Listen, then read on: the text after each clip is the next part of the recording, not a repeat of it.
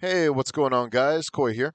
Today, I'm going to be telling you guys some tips and tricks and some cool gimmicks in order to actually get your gaming up to speed. So, for a lot of people, they don't understand a lot of these systems that do come out because some don't play these types of combat games very often. So, I'm here to help you understand a lot of the actual combat systems, what systems you can abuse, and what systems are things that you probably don't know you could actually do in this game. So, let's go ahead and get started with hyper armor. So, hyper armor is you being in a state where whenever you actually perform a skill, you actually cannot be staggered. So, whenever you enter the dazing state, you do it. I don't think it really tells you here, but I'll show you what hyper armor actually does. So, for one, triple staff Lily is probably the biggest contender of hyper armor. So, freaking, whenever you actually get hyper armor, you'll notice that she does have a green aura around her, or a little aura around her, and you'll see like a little shield at the bottom of the screen. And I'll show you what I mean. So right there, if you guys will look at the bottom, you'll see that there is a trigger. Boom, and right here at the bottom, it'll be like right here. And what that does is whenever you actually do a hyper armor move, you'll see that there's a strong guy at the bottom. So if that's the case, then you won't be knocked back or staggered, so to speak. And you could abuse this to your heart's content, really. Whatever boss you're fighting or anything like that. So like if he's attacking me, I just have to use my hyper armor, and he can't like do anything about it. Now, the only time that there's like minor hyper armor, and I've seen this only a few times, is with some skills where it doesn't say that you have hyper armor, but at some cases you do end up having hyper armor. It's really weird. It mostly has to do with this type of moves that are already in like an animation. 9 times out of 10, they just don't get knocked back. As you can see here, I do this. Oh wait, that was a different move. But let's go ahead and move on to the next tip. The next thing I want to talk about is actually having to do with dodging, and I'll talk about what dodge characters will do what. Now, with Snek over here, as you can see, Snek is one of those characters like Atomic Samurai, like one of those characters that have dodge keys, so to speak, including like Pretty Prisoner. But he has a block version of this. But in some cases, you can use them in multiple ways, such as whenever you use the E skill, you do 1-2, but that's only for Snek.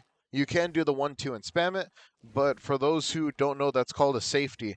So let's say I'm very bad at dodging, then I'll do the 1-2. It's a safety, and if I miss the first one, let's say I do it too early, I'll still get the second one there, as you can see. So you can do this in conjunction with some characters, especially like Job Hunting Saitama, Pretty Prisoner, and in some cases, let's say you need a third, then you could go 1-2. Oh my bad. You could go 1-2, or you could go 1-2 and then 3. You'll lose stamina by trying to go for a triple dodge, but if you really just need to get distance, then that's probably the move. If you can't really get away with a triple dodge. In some cases, you can get away with it. Like, as you can see, I think I don't use stamina here. No, and then in some cases, I do use stamina. It's kind of a last resort. You don't really want to use all your stamina, but in some cases, if you build characters that do have this type of ability, such as there's actually a mechanism that allows you to build meter faster, and if you could hit that type of affix, and you get that on a character like this, you could pretty much become Ultra Instinct, and that's why we call Snek Ultra Instinct. And Atomic Samurai is probably the next Ultra Instinct character we got. So, yeah. Let's move on to the next one, where we're just going to go ahead and talk about instances with parries. All right. It's not a re-record video if we don't use iron at least one time, but today we're going to be talking about parrying. So, in some cases, parrying is one of the more not so safe things to do, but you can still use it as like a safety as well. There's plenty of ways you could do that, such as by using, let's say I missed the parry, I could still dodge. So if you do a parry dodge, you still get that, you could still pretty much no frame it like this. As you can see, even if I got the parry animation off, if that window's already closed, then I'll just be able to cancel it. See? and in some ways it actually gives me iframes. And this is like a really cool trick you could use to really just get around as a safety. It's a weird one for sure, but you don't really see it very often. But it's something I tend to use in my no damage runs, so I don't take any damage. Or let's say like you're trying to get out of like an instance where there's like a lot of AOE going on and stuff like that, or meteors, then you could try to hit like a parry, and if you miss that parry, you still have that safety dodge that you can't abuse. So it really just comes down to what characters do you plan on using, and do they have dodge, do they have parry, and we're going to talk about another parry character right now. All right. So now we got Puri Puri Prisoner. With Puri Puri Prisoner, he's one of the only characters like Job Saitama that have a run. These run characters are just made like that because you can actually spam their parry. So as you can see, I can waste all my bars all at once. And this is like one of the only characters that has a quadruple parry, due to the fact that one of his skills actually does constitute as a parry. And those types of safe characters that you could actually use are just very, very fun to build. I think a lot of people miss the opportunity of actually using a safety character like this. And the reason why these characters are so amazing is due to the fact that these characters actually grant you safety. The AI uses them very, very easily. And the character themselves have some of the best defensive kits in the game. So, for instance, I'm going to go ahead and try that quadruple parry. And then I missed that last one, so boom. As you can see, that's a quadruple parry, and this is the only character that can pull it off besides Job Hunter Saitama. There's like, you can get away with some of those safeties, and in some cases, with parry characters, a lot of people miss out on this, but your E is still a dash, like your run ability is still a dash.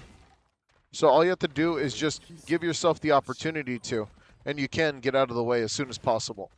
So a lot of people just kind of stand there and take abilities, but if you parry off, you could still get that one frame and just kind of like move off.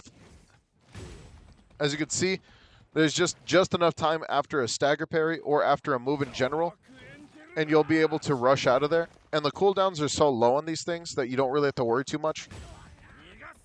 And you'll just be able to move around your opponent and then come back with whatever you need to.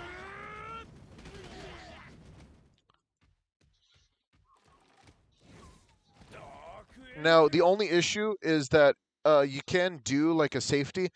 The only time that the safety doesn't work is if you try to over parry, and you know nothing's coming, but you just spam it out of spite. Then there's a chance you might just lose to end lag, and you won't be able to run away. And that does happen to a lot of people. Like a lot of people kill their bar, and they over parry, and then after that it's all gone. But with Puri Puri Prisoner, he's also very safe because you cannot over parry with this character, as you can see. I can't over parry this character. He doesn't lose stamina like that. So very, very safe. Parry characters are incredibly safe. All right, let's go ahead and move on to some ranged units to talk about how ranged units work. All right, so I'm here with Metal Knight. Now we're going to go ahead and talk about Metal Knight and optimal distance. So optimal distance differentiates between the characters, such as the farther you are, sometimes the character will have a white crosshair, sometimes the character will have a red crosshair. For Metal Knight, he only has optimal distance and not optimal distance. But for some characters, it does count as, like, in some case, changing the distance as well. Oh, my bad. I accidentally overdid that. But as you can see, optimal distance can be... I don't know how people miss this. It's just something that's kind of interesting to me. You guys just tend to miss the fact that optimal distance exists. And I'll see a Metal Knight just standing all the way out here, acting like he could play safety. And then all of a sudden he does no damage numbers. And you got to be careful with that, man. You got to actually be careful with that. Because if you miss out on that damage, then you're not going to be able to really pull off everything on this dude's kit. As you can see, you can still move and everything.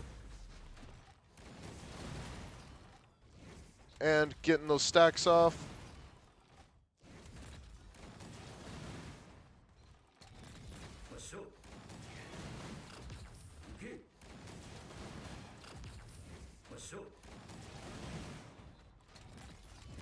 As you can see, optimal distance really just differentiates based off the character. There are some moves that don't need optimal distance, but uh, just pay attention to your optimal distance, guys. Some people just miss out on what optimal distance actually is. All right, let's go ahead and move on to the next bit, where we just talk about some characters that can abuse their mode, so to speak. So mode characters. All right, now we're going to talk about specifically characters that use multi attacks.